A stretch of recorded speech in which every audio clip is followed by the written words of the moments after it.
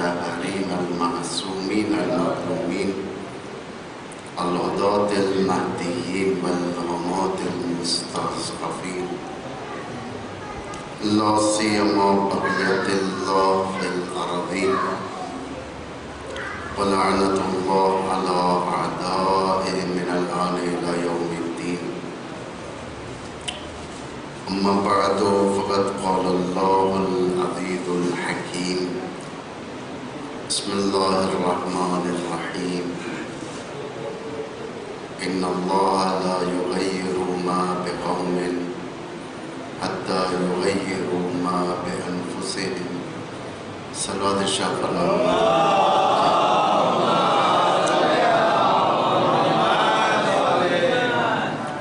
صاحبان ایمان، بزرگان ملت،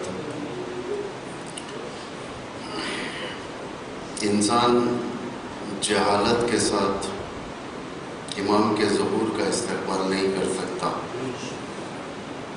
کیونکہ آنے والا امام عالم کل ہے اور اس کی قوم بھی اتنی ہی زیادہ پڑھی لکھی ہونی چاہیے، معرفت زیادہ ہونی چاہیے، کیونکہ جو حکومت تشکیل دی جانے والی ہے آخر الزمان میں وہ حکومت مطلقاً علم والی حکومت ہے، جس میں اگر آپ غور فرمائیں گے تو دنیا علم کی روشنی سے چمک رہی ہوگی۔ ابھی بھی علم ہے، لیکن جب امام ظہور فرمائیں گے تو علم مکمل ہو جائے گا۔ جتنے ابواب علم کے آج تک چھپے ہوئے ہیں وہ سارے کے سارے ابواب کھل کر آ جائیں گے۔ کم مدت میں لوگ دنیا کے حقائق تک سفر کریں گے، کم مدت میں، اتنا کم، کسی کو بھروسہ نہیں ہوگا، کسی کو اعتماد نہیں ہوگا کہ کس طریقے سے ہم یہ عظیم علم کی وادیوں کو طے کر رہے ہیں۔ سب سے بڑا دشمن جہل اور غفلت ہے۔ جہل اور غفلت، کل میں آپ کے سامنے یہی عرض کر رہا تھا کہ کتنا انسان جاہل ہوتا ہے، کہ ضروری نہیں کہ ان پڑھ کو جاہل کہا جائے، ان پڑھ جاہل نہیں ہوتا، جہالت الگ ہے، ان پڑھ الگ ہے۔ ان پڑھ جو شخص پڑھا لکھا نہیں ہے، پڑھا لکھا نہ ہونا عیب ہے، لیکن ویسا عیب نہیں ہے جیسا جاہل رہنا۔ جاہل اپنی حرکتوں کے ذریعے سے، غلط علم کے ذریعے سے معاشرے کو نقصان پہنچا سکتا ہے۔ جاہل کسی کو کہتے ہیں۔ اس لیے آپ دیکھیں جتنا انسانیت کو نقصان پہنچ رہی ہے سب جاہلوں کی وجہ سے، سیاسی جاہل، پڑھے لکھے جاہل، مقاموں پر جو بیٹھ جاتے ہیں، جس کے پاس آداب نہیں ہوتے، انسانی آداب نہیں ہوتے، ان کی وجہ سے زیادہ نقصان پہنچتا ہے۔ ڈگری ختم ہو سکتی ہے انسان کی، لیکن پڑھائی ختم نہیں ہوتی، اسٹڈی ختم نہیں ہوتی، ڈگری ختم ہو سکتی ہے۔ ایک مدت تک پڑھا، پڑھنے کے بعد کالج گیا، کالج جانے کے بعد کالج کمپلیٹ کیا، ماسٹرز حاصل کی، ڈگری حاصل کی، ماسٹرز حاصل کیا، ڈگری ختم ہو گئی۔ جس دن انسان سمجھ لے کہ یہی ڈگری میری یعنی تعلیم کا اختتام ہے، اس دن سے انسانیت کا زوال ہے، اس لیے کہ تعلیم جاری رہتی ہے۔ آپ دیکھیں تاریخ میں، جسے ہماری انگریزی زبان میں جو کہا جاتا ہے اپ گریڈ کرنا، علم کو اپ گریڈ کرنا، یہ اپ گریڈ کرنے کا سسٹم جو آج ہے ہمارے پاس، مثلا کوئی آفیسرز وغیرہ جاتے ہیں تو اور ایگزام دے کر آگے بڑھتے ہیں، اسے کہا جاتا ہے علم اپ گریڈ کرنا۔ ڈاکٹرز علم اپگریڈ کرتے ہیں، اور ٹیکنالوجی میں بالخصوص وہ لوگ جو لوگوں کے مسافر بری جسے کہا جاتا ہے، کیریئر، لوگوں کو سفر پر لے کر جاتے ہیں، مثلاً ڈرائیور، پائلٹس وغیرہ، یہ سب علم اپڈیٹ کرتے ہیں تاکہ جو بھی نیا تازہ ہو حاصل ہو جائے۔ اتفاق سے یہ کوئی نیا نہیں ہے، یہ رواج ایک نیا قانون نہیں ہے، بلکہ یہ خود انبیاء کے دور سے مشہور و معروف واقعہ سورہ کہف میں حضرت موسیٰ کی تعلیم میں افزائش ہونا حضرت خضر کے بدولت، یعنی اللہ نے کیا کہا تھا حضرت موسیٰ کو، جاؤ علم اضافہ کرو، علم اضافہ کرو، تو وہ گئے، حضرت خضر سے ملاقات ہوئی، 3 عظیم واقعات حضرت موسیٰ کے ساتھ پیش آئے۔ پہلا واقعہ تو کشتی کو سوراخ کر دینا، دوسرا واقعہ ایک جوان بچے کو مار دینا، تیسرا واقعہ ایک ٹوٹی ہوئی دیوار کو اصلاح کرنا۔ تو یہ 3 عظیم واقعے ان کے سامنے پیش آئے، جسے یوں حاصل ہوا کہ علم اپ گریڈ ہوا، اضافہ ہوا۔ یہ تفصیل واقعہ آپ چاہیں قرآن میں دیکھیں، سورہ کہف میں، سورہ کہف جس میں 3 عظیم واقعوں کو اللہ نے بیان کیا ہے۔ ایک تو کہف کا خود واقعہ ہے، دوسرا ذوالقرنین کا واقعہ ہے، اور تیسرا موسیٰ اور خضر کا واقعہ ہے۔ کافی گہرا سورہ ہے یہ، جس کے تلاوت اور سمجھنے کے لیے ہمیں بے حساب دروس حاصل ہوتے ہیں اس کے اندر۔ تو یہ اب آئے جو ہم دیکھیں گے نسخے عملی کس چیز سے لڑنے کے لیے، جہالت اور غفلت سے کس کے لیے آمادہ کیا گیا ہے، ان چیزوں سے لڑنے کے لیے، امام زمانہ کے لیے۔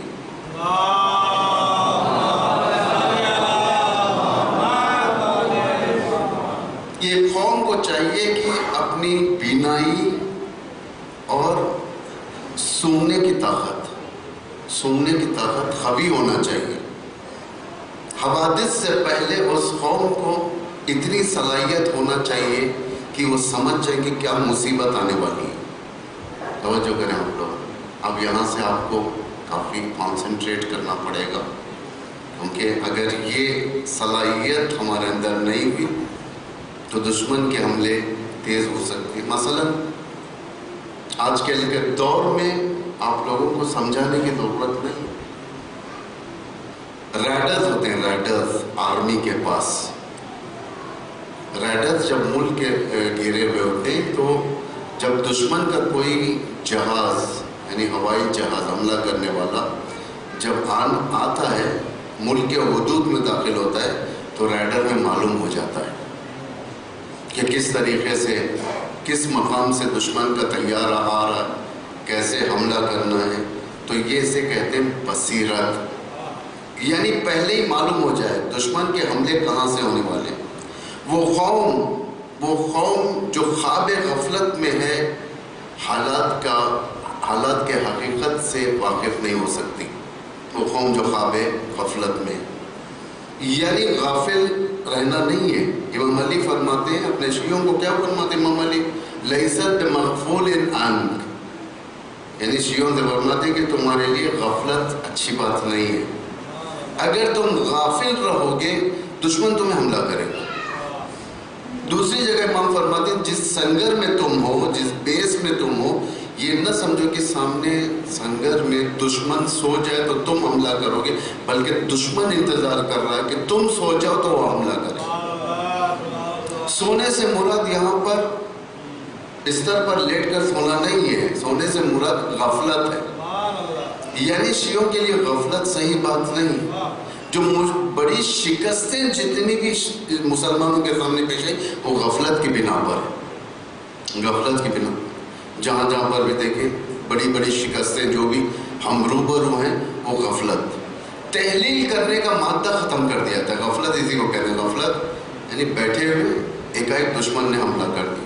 ضروری نہیں کہ وہ دشمن پتھر کے ذریعے سے حملہ کرے، ضروری نہیں دشمن ہتھیار کے ذریعے سے حملہ کرے، ضروری نہیں کہ دشمن سامنے آ کر حملہ کرے، بلکہ یہ حملے علمی حملے بھی ہو سکتے ہیں، کمر توڑنے کے لیے، کسی بھی قوم کو جہالت کی منزل پر لانے کے لیے آج کے اس دور میں ہتھیار نہیں بلکہ علمی جنگ ہوتی ہے کہ کون سب سے زیادہ پڑھا لکھا ہے، کون دنیا کے اوپر حکومت کر سکتا ہے۔ یہ جنگ اتفاق سے اس دنیا کے دین کے مارکیٹ میں، بازار میں، یہ دنیا ادیان کا بازار ہے۔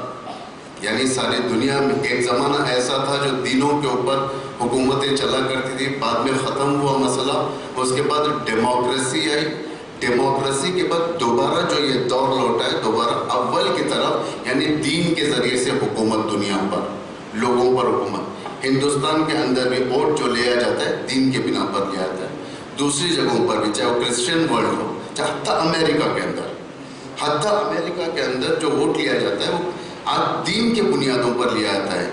ورنہ اگر دیکھا جائے تو ڈیولپمنٹ کے بنیادوں کے اوپر، مثلا جو ہماری زبان میں کہا جائے وکاس صرف ایک نعرہ ہوتا ہے، لیکن در حقیقت دین اصل ہوتا ہے۔ دین، چاہے جو بھی شخص منصب پر آنا چاہتا ہے وہ دین کے نعرے کے ذریعے سے آتا ہے، اس لیے کہ ہر وہ شخص جو دین کے اندر زندگی کرتا ہے وہ یہی چیز سے محفوظ رہتا ہے، یہ سوچ کر کہ اگر میں دین کے سائے میں آ جاؤں تو میں محفوظ رہ سکتا ہوں، میرا گھر محفوظ رہ سکتا ہے، اگر دوسرا آ گیا تو ہو سکتا ہے کہ میرا گھر اجڑ جائے۔ یعنی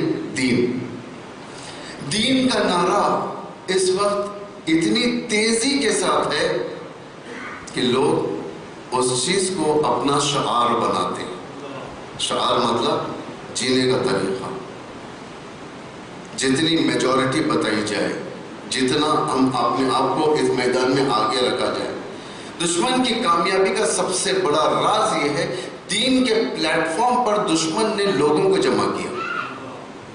آج ہمارے پاس دو اسلام ایک ساتھ دنیا کے اوپر ریپرزینٹ ہوتے ہیں، دو اسلام۔ ایک اسلام وحشی گری کا اسلام ہے، وحشت، دہشت گردی کا، جہالت کا اسلام، گلے کاٹنے والا اسلام، یعنی جسے کہا جاتا ہے سفیانی اسلام، یعنی لوگوں کو اسلام سے دور کرنے والا اسلام۔ سبجیکٹ آپ کے ذہن میں رہے، امام زمانہ تک پہنچنا ہے ہمیں، اور اس امام زمانہ تک پہنچنے کے لیے آپ کے سامنے تین عظیم دشمن ہیں۔ پہلا دشمن جو کل اور پرسوں ہم نے سطحی طور پر نگاہ کیا تھا اس کے اوپر، وہ ہے شیطان ابلیس، لیکن آج دوسرا دشمن ہم دیکھیں گے۔ دوسرا دشمن سفیانی کے بارے میں آج کچھ بحث کریں گے۔ سفیانی کسے کہتے ہیں؟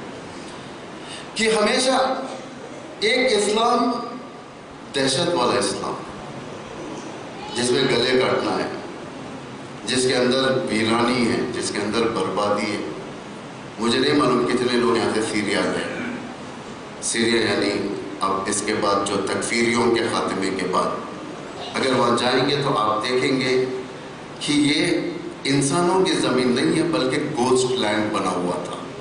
گوسٹ لینڈ یعنی ایک ایسی زمین جہاں ویران، گھروں کے اوپر حملے، گھروں کے اوپر گولی کے نشانات، بم کے نشانات، اس طریقے کے نشانات پڑے ہوئے تھے۔ ایک دہشت والا اسلام، ایک گلے کاٹنے والا اسلام، ان کو اس طریقے سے مانیٹر کیا گیا تھا، نزدیک سے، خود دشمن نے نزدیک سے مانیٹر کیا تھا تاکہ یہ اسلام یورپ تک نہ پہنچے، تاکہ یہ اسلام امریکہ تک نہ پہنچے، تاکہ یہ اسلام چائنا اور جاپان تک نہ پہنچے، یہ اسلام کو کھوڑ دیا جائے۔ اس لیے کہ جو بھی مذہب آج تک دنیا کے اندر ہے، سارے مذاہب منحرف ہو چکے، ان کے گلے گھوٹ دیے گئے، ان کی سانسوں کو روک دیا گیا، لیکن اسلام واحد مذہب ہے جو تیزی کے ساتھ بڑھ رہا ہے، حتیٰ کہ روایتوں میں جتنا ظہور قریب ہوگا اتنا ہر چیز جہانی ہوگی، گلوبل ہوگا، عدالت جہانی ہوگی، ظلم سے مقابلہ جہانی ہوگا، ہر چیز جہانی ہوگا۔ جو خود ہم آج دنیا کے اندر دیکھ رہے ہیں، تیزی کے ساتھ دونوں آگے بڑھ رہے ہیں۔ اس میدان میں یعنی مارکیٹ میں، کون سے مارکیٹ میں؟ ادیان کے مارکیٹ میں سارے ادیان پیچھے رہ گئے، صرف 2 دین سامنے آ گئے۔ 2 دین، توجہ کریں، مثلا بچوں کو سمجھانے کے لیے ایک ورلڈ کپ ہوتا ہے، فٹ بال ٹیم کا ہوتا ہے، کرکٹ ٹیم کا ہوتا ہے، جس کے اندر 12 ٹیمیں، 16 ٹیمیں ہوتی ہیں، 20 ٹیمیں ہوتی ہیں، فٹ بال میں تو زیادہ ٹیمیں ہوتی ہیں، ایک دوسرے کے ساتھ جنگ کرتے ہیں، جنگ کر یعنی گیمز میں، کھیل میں ہار جیت، جیتنے والے آگے بڑھتے ہیں، ہارنے والے پیچھے ہٹتے جاتے ہیں، یعنی دم ٹوٹتے رہتا ہے ان کا۔ آگے کی منزلوں میں پہنچنے کے بعد آخر میں فائنلز میں 2 ٹیم آتے ہیں، توجہ کریں، فائنلز میں صرف 2 ٹیم آتے ہیں کہ جیتیں گے۔ اب اس میں سے جو بھی جیتے گا وہ دنیا کے اس کپ کے اوپر حاوی ہو جائے گا، قبضہ جما لے گا۔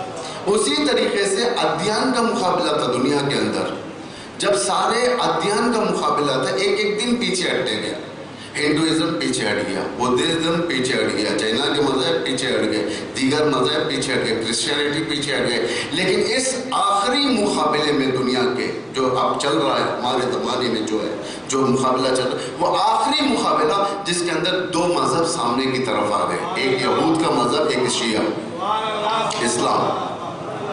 اب ٹکر دنیا کے اندر دوسرے مذاہب کے ساتھ نہیں ہے، ٹکر اسلام ورسز یہود،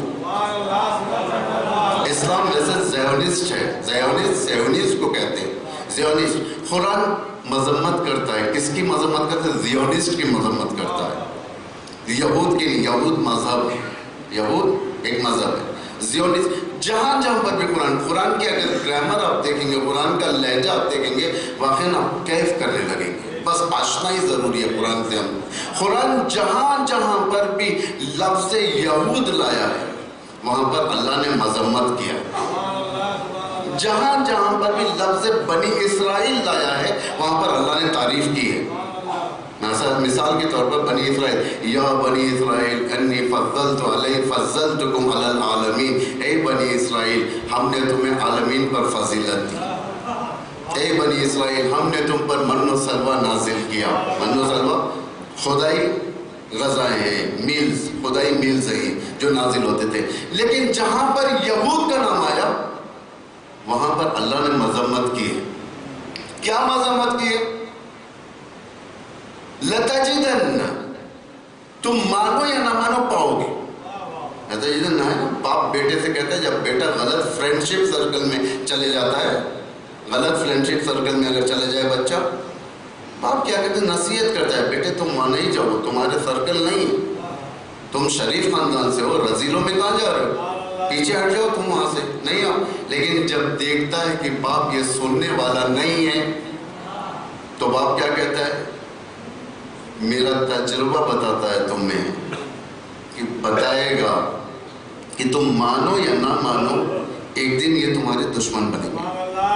تجربہ قرآن بھی یہی کہہ رہا ہے، کیونکہ یہود کمیونٹی کوئی معمولی کمیونٹی نہیں ہے دنیا کی، اس وقت گاڈ آف اکانومی بنی ہوئی یہود، یعنی احتساب کا خدا کہہ رہا ہے لَتَجِدَنَّ اشد الناس عداوۃ للذین آمنوا الیہود۔ کیا کہہ رہا ہے خدا؟ تم مانو یا نہ مانو پاؤ گے، کیا پاؤ گے؟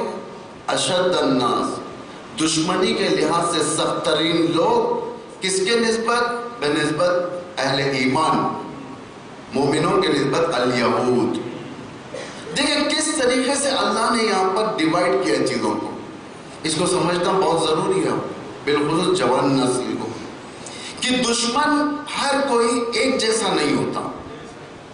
یعنی امریکہ اگر جنگ کرنے آئے گا اس کی سیاست جدا ہوگی، اسرائیل کی سیاست جدا ہوگی، آل سعود کی سیاست جدا ہوگی، سب ایک سیاست میں نہیں آتے، اس لیے آپ ایک ہتھیار سے ہر ایک سے نہیں لڑ سکتے، یہ کلیہ قانون ہے، اسلام کا بتایا قانون۔ قرآن کہتا ہے کہ پہلے تم اپنے دشمنوں میں فرق کرو، دیکھو کہ کون سب سے بدتر ہے، فرسٹ کیٹیگری میں اس کو لاؤ، اس کے بعد کون بد ہے اس کو سیکنڈ کیٹیگری میں لاؤ، اس کے بعد کون برا ہے اس کو تھرڈ کیٹیگری میں لاؤ، پھر اس کے ساتھ اس کے اختیار کے مطابق کی چل کر توجہ کریں۔ فرسٹ کیٹیگری قرآن کسے بیان کر رہے ہیں یہاں پر؟ لَتَجِدَنَّ أَشَدَّ النَّاسِ عَدَاوَةً لِلَّذِينَ آمَنُوا الْيَهُودَ، کہ تم پاؤ گے، مانو یا نہ مانو تمہیں ایک دن معلوم ہو جائے گا سب سے سخت ترین دشمنی رکھنے والے اہل ایمان سے وہ ہے الیہود۔ وَالَّذِينَ أَشْرَكُوا، سیکنڈ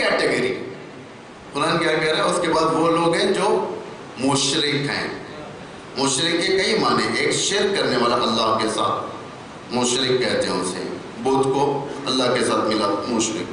لیکن اگر اسے پولیٹیکل سائنس کے لینگویج میں دیکھا جائے، والذین اشرکوا، جو ان کے الائز ہیں، جو ان کے ساتھ ہیں، الائز کو کہتے ہیں، الائز یعنی دشمنی میں جو ساتھ ہے، اسلام کے مقابل میں جو ساتھ ہے۔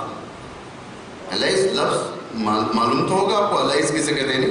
پولیٹیکل دشمنی میں ساتھ رہیں گے، الائز۔ خدا بتا رہا ہے، دیکھو صرف ایک دشمن کو نہیں، ان کے الائز بھی ہیں۔ امیر المومنین کیا فرماتے ہیں نہج البلاغہ میں؟ تمہارے 3 دوست ہیں، تمہارے 3 دشمن ہیں۔ یہ سب ہمارے لیے سیکھنے کی چیزیں ہیں۔ امیر المومنین صرف اس لیے نہیں آئے کہ ہم ان سے کہیں کہ اے امیر المومنین آپ ہمیں جنت دلا دیں، آپ ہمیں یہ دلا دیں، صرف بابا کے لیے نہیں امیر المومنین۔ امیر المومنین ان آدمی کو انسان بنانے کے لیے۔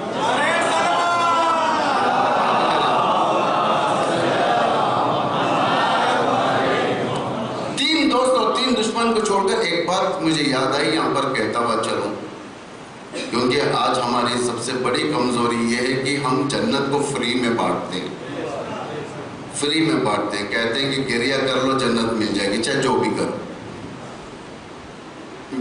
مجلسوں میں آ جاؤ یا جو بھی ہے، جو بھی کانسیپٹ آج کل جو چھیڑے جاتے ہیں دنیا کے سامنے، مومنین سامنے، جنت مل جائے گی۔ لیکن مجھے سمجھ میں نہیں آتا کہ نہج البلاغہ کا علی کچھ اور کہتا ہے اور بعض خطیبوں کا علی کچھ اور کہتا ہے۔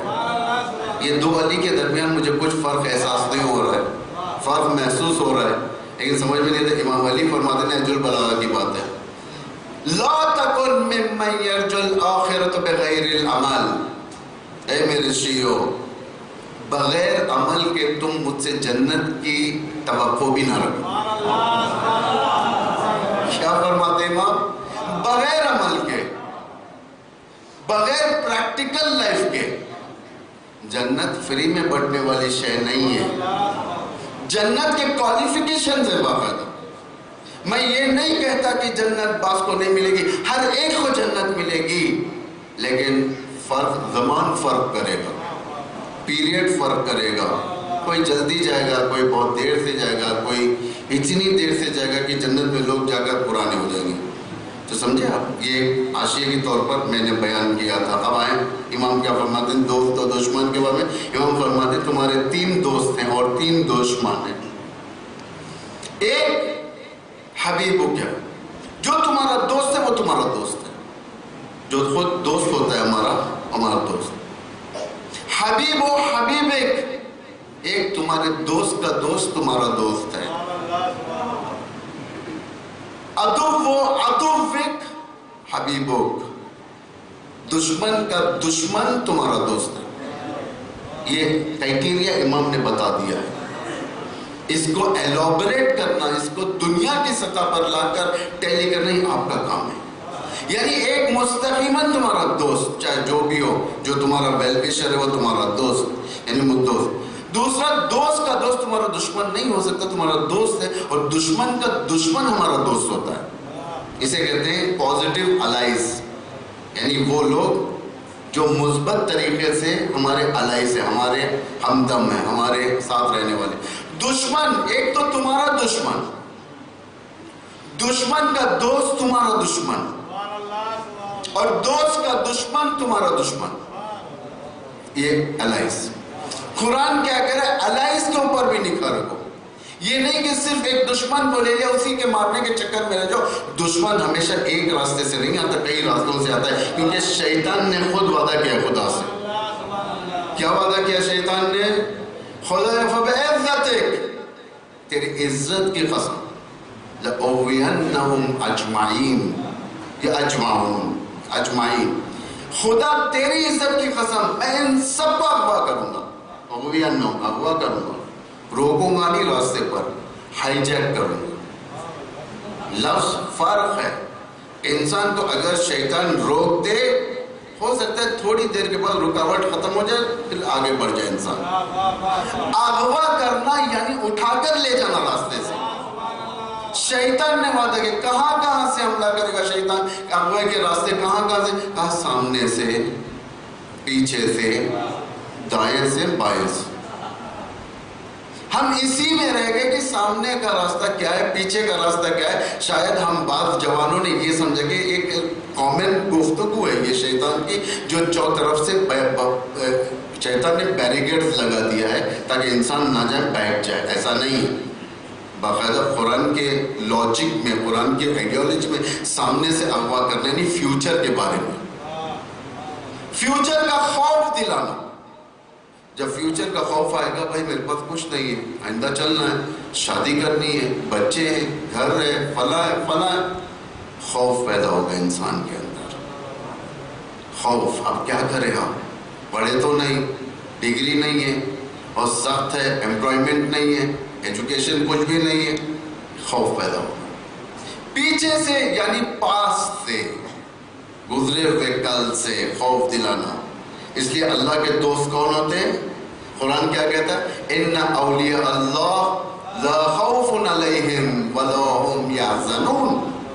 اولیاء اللہ، اللہ کے دوست وہ ہوتے ہیں، نہ انہیں فیوچر کا خطرہ ہوتا ہے، نہ پاسٹ کا کوئی رنج ہوتا ہے.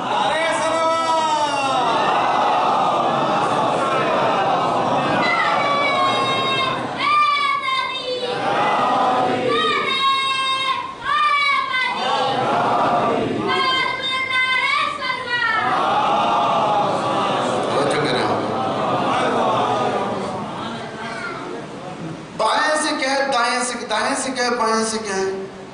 دائیں سے مطلب، پہلے بائیں کو سمجھا دیتا ہوں. بائیں مطلب لیفٹ ذریعے سے آئے گا شیطان، حرام کاریوں کے ذریعے سے بہکائے گا، فلمز کے ذریعے سے بہکائے گا، نامحرموں کے ذریعے سے بہکائے گا، گندے چیزوں کے ذریعے سے بہکائے گا. اسے کہتے ہیں گناہ کبیرہ جس میں ہوتا ہے. دائیں سے خود عبادتوں کے ذریعے سے بہکائے گا. نمازی کو پکڑ کر شیطان شراب خانے میں نہیں لے جاتا، اس کی پالیسی نہیں ہے شیطان کی. نمازی کو ڈائریکٹ اٹھا کر مسجد سے شراب خانے نہیں لے کو جاتا. نمازی کو نماز کے ذریعے سے بہکاتا ہے، جماعت میں پڑھنے والے کو جماعت کے ذریعے سے بہکاتا ہے، روزے دار کو روزے کے ذریعے سے بہکاتا ہے. وہ کیسے؟ اب آپ دیکھیں، یہ زیادہ تر ہم لوگ اس کے شکار ہوتے ہیں. مثلا نماز کا کانسیپٹ کیا ہے؟ امامت کو فالو کرنا. جیسا جیسا امام انجام دے گا اس کے پیچھے پیچھے ہم انجام دینا. اسے کہتے ہیں اسلامک بیوٹی، خوبصورتی. ایک جماعت جہاں پر ایک ہی صف میں امیر غریب سب ہو جاتے ہیں ایک امام کے پیچھے. امام اسی کو کہتے ہیں. امام کا کافی گہرا کانسیپٹ ہے، وہ کل یا پرسوں کی مجلس میں آپ کو بیان کروں گا، کیونکہ امام کا کانسیپٹ کسے کہتے ہیں، امام کیا ہے. امام کے پیچھے اب امام کیا کرتا ہے؟ ایک آرڈنری قنوت پڑھتا ہے، قنوت پڑھ کر ایک چند سیکنڈ کا رکوع میں چلے جاتا ہے. لیکن پیچھے والے کبھی کیا کرتے ہیں، میں نے تو یہاں تو نہیں دیکھا میں نے، لیکن ہوتا ہے معمولاً کبھی کبھار ایک آدمی کے اندر ہی ہوتا ہے، وہ کیا کرتا ہے؟ قنوت کو اور لمبی کرتا ہے. مثلا امام اگر تکبیرۃ الاحرام باندھے تو مامون کے لیے ضروری ہے کہ امام کے بسم اللہ کہنے سے پہلے تکبیر باندھ لیں تاکہ بسم اللہ کا ثواب بھی نہ چھوٹے. لیکن بعض کیا کرتے ہیں کہ آرام سے باندھتے ہیں. یعنی شیطان نے 20% ثواب تمہارا کاٹ دیا. اس کا کام ہی ہے کہ نیگیٹو پوائنٹس دینا، اسے آپ کو ثواب سے روکنا. امام سجدے سے اٹھ جاتا ہے، بعض مامون سجدے میں ہی رہتے ہیں، طول کرتے ہیں. سجدہ حرام نہیں ہے، لیکن شان جماعت کے خلاف ہے، جماعت کی شان کے خلاف ہے. امام سجدے سے اٹھ جاتا، رکوع سے اٹھ جاتا ہے تو بعض رکوع میں ہی رہتے ہیں. یہ نہ سمجھو کہ اس کی عبادت طول ہو رہی ہے تو ثواب اضافہ ہو رہا ہے، نہیں، یہ شیطان کے اٹیک میں آ چکا ہے، شیطان کے اٹیک میں آ چکا ہے. اس لیے کہ جماعت نہ ایک امامت کسے کہتے ہیں، نہ ایک قدم ہم امام سے آگے بڑھ سکتے، نہ ایک قدم پیچھے رہ سکتے، نہ ایک حرکت میں اپنے طرف سے آگے بڑھ سکتے امام سے، نہ ایک حرکت میں پیچھے رہ سکتے.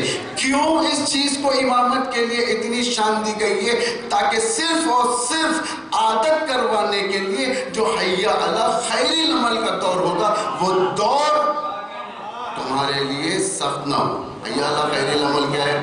قد قامت الصلاۃ کی اذان کیا ہے؟ اذان کا ایک معنی ہے نماز کی طرف بلانا لوگوں کو. اذان کیا ہوتا ہے؟ باہر لاؤڈ سپیکر میں دی جاتی ہے اللہ اکبر اللہ اکبر، اور نماز شروع ہونے کا وقت ہے، سب آ جاؤ۔ اب جب سب آ جاتے ہیں، اب کیا کہتے ہیں جو اندر ہوگا؟ اقامت۔ اقامت جیسے ہی آپ لوگ اگر آپ دیکھیں گے تکبیر ہوتی ہے، پھر گواہیاں دی جاتی ہے، پھر حی علی الصلاۃ حی علی الفلاح، اس کے بعد قد قامت الصلاۃ، نماز کے لیے سب ایک ساتھ اٹھ جاتے ہیں۔ یعنی یہ فلسفہ بتایا گیا ہے تاکہ تم اپنے اندر اتنی پریکٹس کرو کہ جب تمہیں امام تشریف لائیں گے اور آواز دی جائے گی، تم غفلت کے نیند میں نہ رہو، سب ایک ساتھ امام کے پاس آ جاؤ۔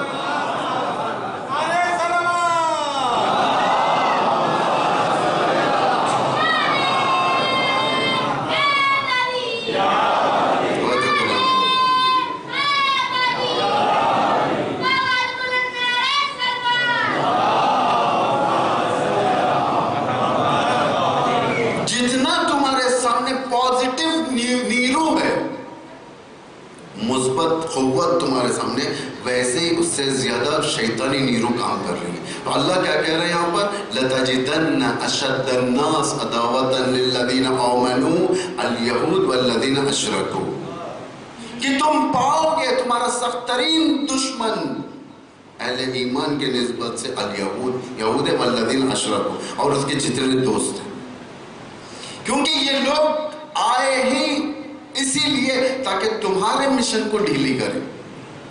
اب دنیا میں سارے مذاہب پیچھے ہٹنے کے بعد دو مذہب سامنے آ گئے، توجہ کریں، دو مذہب، ایک یہود، دوسرا اسلام۔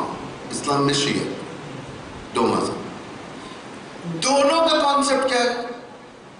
اسلام جہانی، اسلام کو گلوبلائز کرنا، گلوبلائز یعنی اسلام ساری دنیا کے اندر۔ یہود کہتی ہے کہ یہودیزم جوڈیزم گلوبلائز ہو جائے، ان دونوں کا ایک معنی۔ اب اس کے لیے کیا کرنا ہے؟ اسلام بھی جہانی ہونا ہے، یہ بھی جہانی ہونا ہے، فائنل میچ ہے، آخری جنگ جس میں سے جو جیتا وہ سکندر ہے، وہ دنیا پر حکومت کرے گا۔ اس کے لیے نقطہ یہ یوں کہا جائے کہ اسلام کو پھیلانے کا نقطہ دو چیزوں کو قرار دیا، ایک مسجد الحرام، دوسرا مسجد الاقصی، اور دونوں کس کے ہاتھ میں ہیں؟ مسجد الحرام بھی، مسجد الاقصی بھی، ایک اسلام کے یہودی کے ہاتھ میں، ایک یہودی کے زیونسٹ کے ہاتھ میں، کیونکہ یہ دو امپورٹنٹ نقطے ہیں۔ آپ لوگ دیکھیں، اسرائیل کا پرچم اٹھا کر دیکھیں آپ لوگ، اسرائیل کا پرچم اگر آپ دیکھیں گے، سفید کپڑے کے اوپر اودی پٹی ہوتی ہے، اوپر اور نیچے بلو سٹرپ، بیچ میں ایک ستارہ ہوتا ہے، اس کو کہتے ہیں اسٹار آف ڈیوڈ، ہے نا؟ آپ لوگ انٹرنیٹ میں جا کر دیکھیں، معلوم ہے۔ اودی پٹی جو اوپر ہوتی ہے وہ دریائے نیل ہے، نیچے کی اودی پٹی جو ہوتی ہے وہ دریائے فرات۔ دریائے نیل سے لے کر دریائے فرات تک اگر ان کا قبضہ ہو گیا تو ساری دنیا کے اوپر ان کا مذہب حاوی ہو جائے گا۔ دریائے نیل سے دریائے فرات تک قبضہ اگر ہو گیا۔ دوسرا، اس زمین یعنی ویسٹ ایشیا جسے مڈل ایسٹ کہا جاتا ہے، اس کے اوپر اگر حاوی ہو گئے، یعنی اقصی سے لے کر مسجد الحرام تک ان کا قبضہ ہو گیا تو ان کی حکومت دنیا پر پکی۔ اور اتفاق سے دونوں کا وجود بھی ایک ہی صدی میں آیا۔ اس سے پہلے بھی 1400 سال سے اگر آپ تاریخ دیکھیں گے، امام زمانہ کی غیبت کے بعد سے آخری حکومت کب ہوئی؟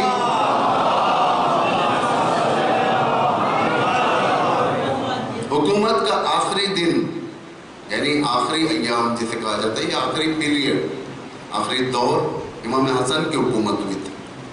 امام علی کے بعد 6 مہینے امام حسن حکومت حاکم تھے، اس کے بعد حکومت نہیں تھی، ساری شیعت کی حکومت انڈر گراؤنڈ ہو چکی تھی، یعنی ہمارے پاس حکومتیں نہیں تھیں، جتنی بھی آئی جزوی حکومت آئی ہے۔ اب تاریخ اٹھا کر دیکھیں، آل بویا، فاطمیون، یہ جتنے ہیں کیٹیگریز بدل بدل کر آئے۔ ایک پہلے بادشاہی حکومت آئی، یعنی شیعہ بادشاہ رہے گا، شیعہ بادشاہ رہے گا، اور وہ حکومت چلائے گا، لیکن ناکام ہو گئی، اس لیے کہ حکومت آگے نہیں بڑھی، صرف بادشاہی حکومت ساتھ دینے والی نہیں تھی۔ دو بادشاہ کے ساتھ مرشد، یعنی ہماری زبان میں کہا جائے کہ عالم، فقیہ، بادشاہ کی کرسی کے ساتھ بازو میں فقیہ کی بھی کرسی رکھی جاتی تھی، یعنی جو بھی حکومتی مسائل آئے، دین کے مسئلہ ہے تو فقیہ دیکھے، اگر سیاسی مسئلہ ہے تو بادشاہ دیکھے۔ لیکن جب یہ بھی کانسیپٹ فیلئر ہو گیا، یہ بھی فیلئر ہو گیا، کامیاب نہیں ہوا۔ پھر گزرنے کے بعد ایک زمانہ اسلام پر ایسا آیا کہ ایک ہی شخص حکومت کا مالک بھی ہوگا، فقاہت کا مالک بھی ہوگا، جسے کہا جاتا ہے ولی فقیہ۔ امام خمینی کی قائم کردہ حکومت کہ جہاں پر اس تخت پر حاکم ولی فقیہ کے عنوان سے آئے گا، یعنی فقاہت کے ذریعے سے، اسلامک لاز کے ذریعے سے حکومت چلائے گا، اور یہ حکومت جتنی پرانی ہوتی جا رہی ہے اب اتنی ہی مضبوط ہوتی جا رہی ہے، اور اس کو جا کر کنیکٹ ہونا ہے، کہاں پر کنیکٹ ہونا ہے؟ ظہور سے۔ میں آپ کو بتاتا ہوں دلیل کے ساتھ، اگر آپ کے سامنے کتنی غیبت ہیں، غیبت کتنے ہوئے آپ کے امام زمانہ کے؟ دو ہے نا، دو غیبت، ایک غیبت صغرا، ایک غیبت کبرا۔ غیبت صغرا میں امام تھا لیکن لوگ ملاقات نہیں کر سکتے تھے، ایڈریس معلوم نہیں تھا۔ غیبت صغرا میں کس کے ذریعے سے ملاقاتیں ہوتی تھیں؟ نواب اربا کے ذریعے سے، ان کو ایڈریس معلوم تھا، مدینے کے کس کونے میں امام، یا زمین کے کس کونے میں۔ یہ لوگ جاتے تھے، ملاقات کر کر آتے تھے، لوگوں کے مسائل لے کر جاتے تھے، امام سے جواب لاتے تھے۔ یہ غیبت صغرا ہے۔ غیبت صغرا ایک چھوٹا سا پیریڈ، کس کے لیے؟ غیبت کبرا کو عادت کرنے کے لیے، تاکہ لوگ اگر ایک امام نگاہوں کے سامنے سے اوجھل ہو جائے، لوگ برداشت نہیں کریں گے، کیونکہ امام کو دیکھنے والے لوگ برداشت نہیں کریں گے، اس لیے پہلے عادت، تاکہ بڑی غیبت آنے والی ہے، پہلے عادت کی۔ اس کے بعد امام نے پیغام دیا آخری نائب کو، تم میرے آخر تھے، اس ہفتہ تمہاری موت ہونے والی ہے، لیکن اس سے پہلے بتا دو کہ اب غیبت صغرا سے غیبت کبرا کی طرف جا رہا ہوں میں، اب ملاقاتیں نہیں ہو سکتی، تمہارے مسائل تمہارے علماء حل کریں گے، وہ خود تمہاری حفاظت کریں گے، وہ خود اپنی حفاظت کریں گے، دین کے محافظ ہوں گے۔ یہ بتا دیا، امام غیبت کبرا کی طرف سے رہے۔ کانسیپٹ ابتدا غیبت کبرا، صغرا پھر کبرا۔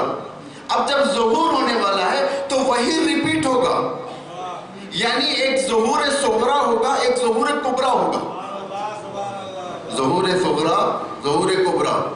اگر آج امام زمان آ جائیں، امام زمان اگر آج آ جائیں تو وہ امام کا آنا مومنین سے برداشت نہیں ہوگا، کیونکہ عادت نہیں ہے امام کی۔ اس دور میں امام کے غائب ہونے کی عادت نہیں تھی، اس دور میں امام کے ظہور کی عادت نہیں ہے۔ اگر آ جائیں گے تو بہت سارے لوگ ایمان سے دور ہو جائیں گے، اس لیے کیا کیا جائے؟ پہلے غیبت صغرا ہو، جو لوگ آئیں، علماء آئیں، اس حکومت کے لیے راستہ بنائیں۔ توجہ کریں آپ لوگ، میں بہت ذمہ داری کے ساتھ ان الفاظ کو سنبھالتے ہوئے آپ کے سامنے پیش کرنا چاہتا ہوں، اس لیے ریپیٹیشن بھی زیادہ ہو رہا ہے مجھ سے۔ سنبھال کر لوگوں تک دینا ہے، کیونکہ امام جب آئیں گے تو پورا 180 ڈگریز اپوزٹ ہوگا مسئلہ، حکومت کا مسئلہ 180 ڈگریز اپوزٹ ہوگا۔ عدالت سخت ہوگی لوگوں کے لیے، ہمارے لیے سخت ہوگی عدالت۔ امام کا علم، امام کی حکومت کا طریقہ، یہ سارے کی ساری چیزیں جب دنیاوی حکومتوں کو دیکھنے کے بعد ہم امام کی حکومت کو برداشت نہیں کریں گے۔ ڈاکٹر اگر ہیں تو جانتے ہیں، فوراً اگر کوئی پیشنٹ ہے، شوگر پیشنٹ ہے یا کسی بیماری کا پیشنٹ ہے، اسے فوراً ہائی ڈوز نہیں دیا جاتا، اس ہائی ڈوز تک پہنچنے کے لیے معمولی ڈوز کی عادت ڈالی جاتی ہے۔ جب یہ ہو جائے، اسے کہتے ہیں صغرا، ہائی ڈوز کو کہتے ہیں کبرا۔ تو اس حکومت تک پہنچنے کے لیے تمہارے لیے ظہور صغرا کی ضرورت ظہور صغرا کا ہے، یہ وہی ولی فقیہ کی حکومت ہے، یہ وہی علماؤں کی حکومت ہے جو تمہیں عدالت کے لحاظ سے، ظلم سے جنگ کرنے کے لحاظ سے، نادانی سے جنگ کرنے کے لحاظ سے، جہالت سے جنگ کرنے کے لحاظ سے، ہر لحاظ سے تمہیں آمادہ کر کر انسان بنا دیں گے، تاکہ تم جب انسان بن جاؤ، امام آئے گا تو امام کی حکومت تمہارے لیے برداشت رہے گی۔ ایک سلوات پڑھیں محمد۔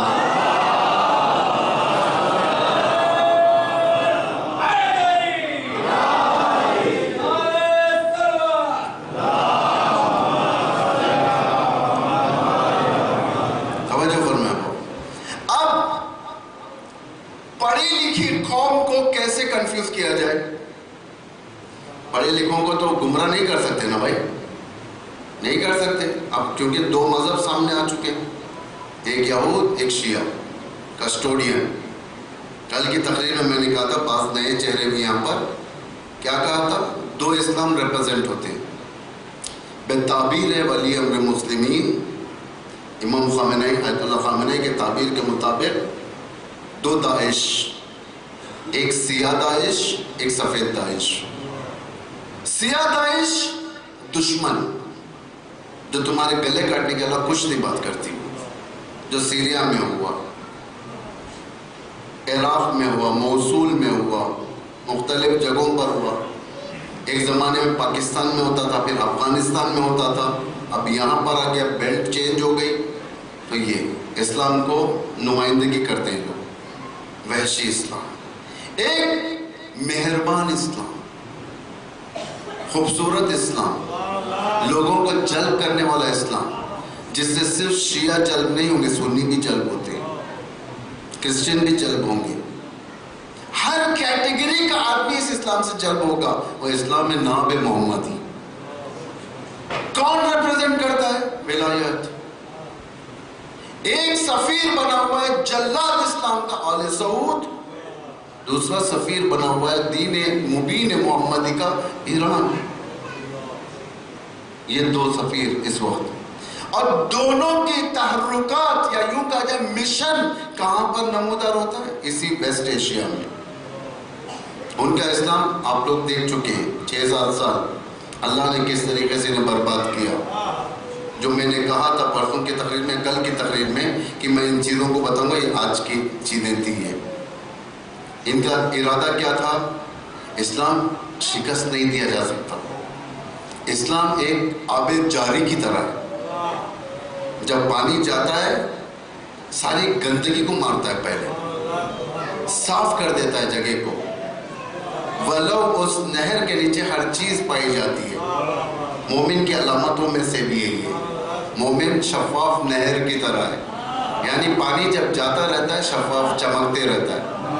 مومن کے اس پانی کے اندر پتھر ہوتے ہیں، کانچ ہوتے ہیں، نہ جانے مختلف طریقے کے اذیت کرنے والی چیزیں ہوتی ہیں اندر، لیکن پانی اوپر سے ان چیزوں کو ظاہر نہیں کرتا۔ مومن کے اندر تکلیفیں ہوتی ہیں، مومن کے اندر مصیبتیں ہوتی ہیں، مومن کے اندر ہر چیز جو اذیت کرنے والی دل کو ہوتی ہے مومن کے اندر ہوتی ہے، لیکن مومن ظاہر نہیں کرتا۔ جب بیچ میں اگر کوئی بڑا پتھر بھی آ جائے تو وہ پانی اپنا راستہ دیکھتے ہوئے جاتا ہے، پتھر رکاوٹ نہیں بن سکتا۔ اسلام اسی کے مانند ہے، اسلام کو روکنے کے لیے ہر چیز اس کے اندر لائی گئی، لیکن اسلام آگے بڑھنے والا مذہب ہے، رکنے والا مذہب نہیں ہے۔ اگر راستے میں رکاوٹ کے لیے پتھر بھی لایا جائے، پتھر کو پھینکتا ہوا اسلام آگے بڑھتا ہے، رکاوٹ ہے۔ جب دیکھا گیا کہ یہود اسلام کے سامنے نہیں ٹک سکتا، ان کی آزمائشیں بہت ہو چکی۔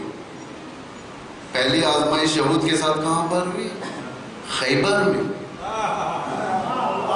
کہ کس طریقے سے انہوں نے علی کے اسلام کے مقابل میں دم توڑا۔ ان کی آخری آزمائش، یہود کی آخری آزمائش 2006 میں ہوئی۔ اس خیبر کی جنگ اور اس جنگ میں فرق اتنا ہے، اس دور میں علی ابن ابی طالب کے دست مبارک سے فتح ہوئی، اس دور میں علی کے بیٹے کے دست مبارک سے خیبر فتح ہوئی۔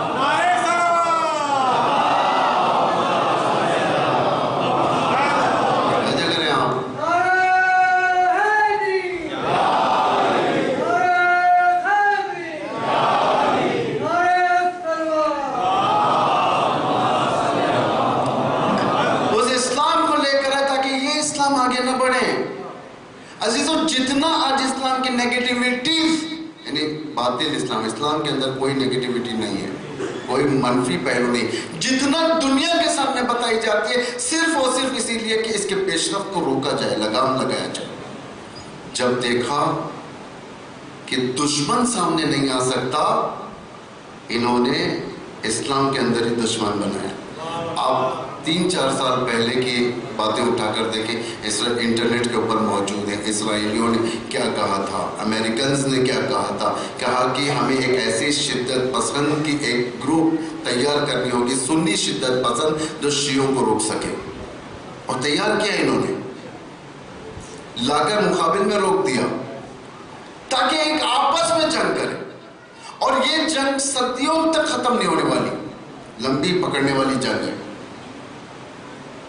ایک جنگ ہوتی ہے زمین کے لیے ہوتی ہے جنگ، دو ملک آپس میں لڑتے ہیں، زمین کے اوپر قبضے ہوتے ہیں، بعد میں سیز فائر ہوتا ہے، سب اپنے اپنے تشکیلات کو پیچھے لا لیتے ہیں، زمین چھوڑ جاتی ہے، جنگ ختم ہو جاتی ہے۔ جیسے انڈیا پاکستان کے درمیان ہوتی رہتی ہے جنگ، دوسرے بارڈرز کے درمیان ہوتی ہے، یہ جنگ آسان۔ اگر ہمارے سامنے دشمن آ جائے، پہلے بھی بتا چکا ہوں اس بات کو میں، لیکن آپ لوگوں کے لیے کیونکہ نئے چہرے بھی، دشمن آ جائے اس سے اگر میں جنگ کروں تو آسان ہے جنگ، جیت یا ہار ہوگی، ختم ہو جائے گا۔ اب یہاں پر جو لوگ بیٹھے ہوئے، خدا نخواستہ ان کے درمیان اختلاف ڈال دے، شیعوں کے درمیان اختلاف ڈال دے، عقیدتی جنگ چھڑ جائے، یہ عقیدتی جنگ جلدی ختم نہیں ہوتی، یہ عقیدتی جنگ نسل میں چلتی ہے، نسل میں عقیدتی جنگ ختم نہیں ہوتی۔ آج دیکھیں دنیا کے اندر، ہندوستان کے اندر کتنے فرقے بڑھ چکے ہیں، ہمارے اندر اخباری کا فرقہ بن چکا ہے، ملنگیوں کا فرقہ بن چکا ہے، اتنے فرقے، ایک دوسرے کی صورت دیکھنا پسند نہیں کرتے، ایک دوسرے کے ساتھ بیٹھنا پسند نہیں کرتے، وہ ان کی مجلس میں نہیں آتے، وہ ان کی مجلس میں نہیں آتے، ان کے ذاکرین الگ ہیں، ان کے ذاکرین الگ ہیں، ان کے علماء الگ ہیں، ان کے علماء الگ ہیں، یہ ان کے اوپر کاؤنٹر کرتے ہیں، یہ حملہ کرتے ہیں، یہ ان کے اوپر حملہ کرتے ہیں، یعنی یہ جنگ اب ختم نہیں ہونے والی۔ دشمن کے ایجنڈے کے اندر، سازش کے اندر ایک جنگ، ایسی جنگ عقیدتی لایا جائے جو 30 سال کی ہو، 30 سال کی جنگ عقیدتی جسے کہا جائے۔ یہ کب شروع ہوئی اور کیا کامیاب ہوئی یا نہیں ہوئی؟ آپ دیکھیں امریکہ کے سابق وزیر خارجہ جان کیری اور دیگر لوگ وہاں کے، یعنی مکین جو مر چکا ہے، اور دیگر سینٹس، ان لوگوں نے جب 2011 میں سیریا میں یہ تکفیریوں کا ایشو شروع ہوا تھا، اس وقت یہ لوگ بیان دیتے تھے اب جو یہ جنگ شروع ہوئی ہے لوگوں کو اسلام سے متنفر کر دے گی۔ 30 سال کا انہوں نے ڈیوریشن دیا تھا، 30 سال بعد اسلام ختم ہو جائے گا۔ کہاں سے انہوں نے 30 سال دیا تھا؟ اس لیے کہ تاریخ میں ایک ایسی جنگ کروائی گئی تھی۔ کہاں کروائی گئی تھی؟ یورپ کے اندر، یورپ کے اندر، جرمنی میں، فرانس میں، کرسچنز کے دو عظیم طبقے، پروٹسٹنٹس اور کیتھولکس، دونوں میں جنگ ہو گئی تھی، جنگ عقیدتی۔ یہ ان کے چرچ کو جلاتے تھے، یہ ان کے چرچ کو جلاتے تھے۔ جرمنی کے کیپٹل میں بون میں ایک رات میں ہزاروں کا قتل عام ہوا، فرانس میں پیرس میں ہزاروں کے لوگوں کا قتل عام ہوا۔ یہ جنگ 30 سال تک چلی۔ 30 سال کے بعد، یعنی 30 سال پہلے جو بچہ 1 سال کا تھا، 30 سال کے بعد کتنا ہوا؟ 30 سال کا ہو گیا۔ 30 سال کے بچے کے سامنے جب مذہب پیش کیا گیا تھا، وہ ہاتھ جوڑ کر کہنے لگا مجھے مذہب نہیں چاہیے، آ گیا مذہب سے باہر۔ بعد میں ان لوگوں کے لیے نیا قانون بنایا گیا کہ مذہب صرف اور صرف تمہارے گھر کی میراث ہوگی، اجتماع کی میراث نہیں ہوگی۔ دیکھیں یہ جنگ کتنی لمبی چلی، 30 سال۔ نتیجہ کیا ہوا؟ جو باحیا عورتیں تھیں وہاں پر، جن کے پاس کرسچینٹی کا حجاب موجود تھا، حتیٰ جو آج کا جو تہاجمی فرہنگ جسے کہا جاتا ہے، جو فرہنگ خراب کرنے والا فرہنگ انگریزوں کی طرف سے، ویسٹ کی طرف سے، یعنی لڑکیوں کے کپڑے، ان کے سلائی کے طریقے، ان کے نیم کپڑے، آدھے کپڑے، بدن کو نمودار کرنے والے کپڑے، یعنی ایک لڑکی کے حقوق کو ضائع کرنے والے ایسی چیزیں ان لڑکیوں کے اوپر آ چکی تھی. جب لڑکی پہن کر نکلتی تھی اسے مذہب پوچھا جاتا تھا, وہ کہتی تھی میں کسی مذہب سے تعلق نہیں ہے, میرا کسی مذہب سے تعلق نہیں ہے, میں کرسچن ہوں لیکن عملی کرسچن نہیں. اس لیے کہ بے حجابی, بے حیائی, لڑکے کے اندر بے حیائی پلٹ چکا تھا سارا معاملہ. تو انگریزوں نے, دشمن نے یہ سازش کی سیم پولیٹیکل ٹیکٹکس اسلام کے ساتھ کیا جائے. کیا کیا انہوں نے, لا کر انہوں نے سیم جنگ مسلمانوں کے درمیان ہی چاہتا, قتل کرنے والا. حتیٰ انہوں نے چھوٹے بچوں پر رحم نہ کیا. مجھے نہیں معلوم ان 2 مجلسوں میں نے آل سعود کے بارے میں کہا یا نہیں کہا. آل سعود پہلے مرحلے میں معاویہ تھا, دوسرے مرحلے میں یزید. یہ میں نے کہا یا نہیں کہا نہیں معلوم, پھر بھی کہہ دیتا ہوں. پہلے مرحلے میں معاویہ تھا, یعنی ظاہری اسلام محفوظ رکھنے والا. اتفاق سے یہ باتیں ہمارے سے بڑھ کر آج اہل سنت بھی کہتے ہیں. آل سعود سے نفرت کرتے ہیں لوگ, اس لیے کہ جو خلافت ان کے اندر دیکھنا چاہتے تھے وہ ثمرہ انہیں نصیب نہیں ہوا ہے, دشمن ہو گئے. ہم تو پہلے سے ان کے دشمن. پہلا مرحلہ یمن کی جنگ سے پہلے یہ لوگ معاویہ کا رول ادا کرتے تھے, یعنی ظاہر اسلام اچھا رہے, باطن میں قباحت رہے. ظاہر اچھا رہے اسلام, مسلمان, خادم حرمین شریفین, یہ تو ٹائٹلز ان کے, خلیفہ, ان کو ٹائٹلز دیے جاتے تھے. یہ یمن کی جنگ کے بعد انہیں فوراً ایک ٹائٹل ملا انسانیت کی طرف سے, وہ ہے کہ یزید ابن معاویہ کا کیریکٹر. کیوں یزید ابن معاویہ کا کیریکٹر دیا گیا؟ بھائی ہر چیز کی دلیل ہے, ممبر سے چپ کے نہیں بیان کیا جاتا ہے, سب باتیں اپڈیٹ ہونا چاہیے آپ لوگوں کو. کیوں دیا گیا تھا آپ کو معلوم ہے؟ جب یمن کی جنگ شروع ہوئی تھی 3-4 سال پہلے کی بات ہے, جب شروع ہوئی تھی کہ آپ جانتے ہیں سب سے پہلا میزائل جو سعودی نے مارا, کہاں مارا؟ یمن کے اندر جو شیرخوار بچوں کی دودھ کی فیکٹری ہوتی ہے, جہاں پاؤڈر بنا جاتا ہے دودھ کا پاؤڈر, وہاں پر زہریلا میزائل مارا. بچوں کی فیکٹری پر, دودھ کے فیکٹری پر خاص طور سے نشانہ لگا کر. یہ نہیں کہ اندھا نشانہ جا کر لگ گیا, نہیں, یہ دور اندھے نشانوں کا نہیں ہے, یہ دور نشانہ دیکھ کر مارا جاتا ہے. جب مارا گیا وہاں پر دودھ کی فیکٹری پر لگا تو بہت سارے بچے اسی بھوک کے بنا پر, کیونکہ اتنا پوائزن ہوا میں تھا وہاں پر کہ ماؤں کے دودھوں میں پرابلم ہونے لگا, بچے مر رہے تھے. آج کتنی تعداد بچوں کی مری. اس لیے یزید نے کیا کیا تھا؟ انسانیت کے درجوں کو گرایا تھا علی اصغر پر تیر مار کے, جبکہ ان کے پاس حالات تھے, نہیں مار سکتے تھے, لیکن مارا اس لیے کہ انسانیت کو ختم کر. اور جو کرے یزیدی اسلام 30 سال تک. 30 سال کے بعد کیا ہوا؟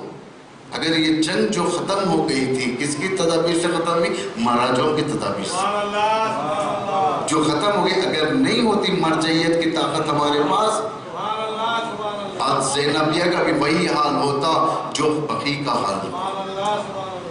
کربلا, نجف, سامرا, کاظمین کا وہی حال ہوتا جو بقی کا حال ہوا تھا. کیونکہ ہم بچانے والے تھے. دشمن کہتے ہیں, ہماری مذہب کے بعد نادان لوگ کہتے ہیں کہ یہ اللہ بچانا تھا, اس لیے اللہ نے بچایا حضرت زینب کے روزے کو. اللہ بھی بچاتا تو کس کے توسط سے بچاتا ہے؟ بھائی اگر اللہ بچانا تھا تو 61 ہجری میں جب خانہ کعبہ جلایا گیا تھا تو کیوں نہیں اللہ بچایا؟ کیوں نہیں اللہ بچایا؟ اللہ مومنین کے ہاتھ سے بچاتا. پہلی مرتبہ جب خانہ کعبہ پر کس نے حملہ کرنے کے لیے آیا تھا؟ ابرہہ آیا تھا نا. کس نے بچایا؟ بسم اللہ الرحمن الرحیم, الم تر کیف فعل ربک باصحاب الفیل. اللہ نے کیا کیا اس سورہ میں, آپ لوگ پڑھ دیں. وارسل علیہم طیرا ابابیل. اللہ نے بھیجا, کس کو بھیجا؟ ابابیل کو بھیجا. ابابیل آئے, اللہ کا ایئر فورس تھا.